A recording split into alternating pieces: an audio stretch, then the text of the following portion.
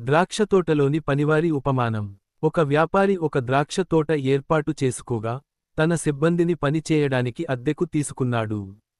ఉదయం 6 గంటలకు, తన తోటలో పనిచేయడానికి కొందరు కార్మికులను అద్దెకు తీసుకుని, వారికి 1 డినారీ, ఓ చిన్ని రుసుము ఇచ్చి పంపాడు. మధ్యాహ్నం 12 గంటలకు, వ్యాపారి మరికొంతమందిని తీసుకుని వారికి అదే డినారీ ఇచ్చి పనిచేయమని కోరాడు.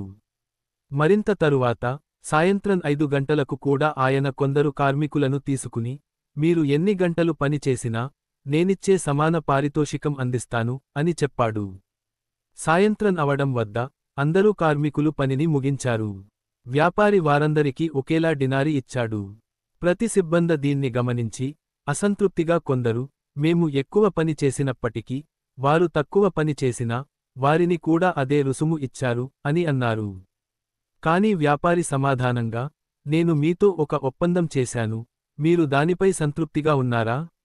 నేను నా డినారిని నాకు అనుకుంటున్న విధంగా ఇవ్వవచ్చా? మీరు ఇష్టపడినా, నేను చేయాలనుకున్నట్టు చేయవచ్చు, అని చెప్పారు. ఈ కథ ద్వారా, యేసు మనకు ఒక విలువైన పాఠాన్ని అందిస్తారు. దేవుని దయ మరియు కరుణ ఎప్పటికీ సమానంగా ఇవ్వబడతాయి. ఏది మనం చేసే క్రియల్ని బట్టి కాదు.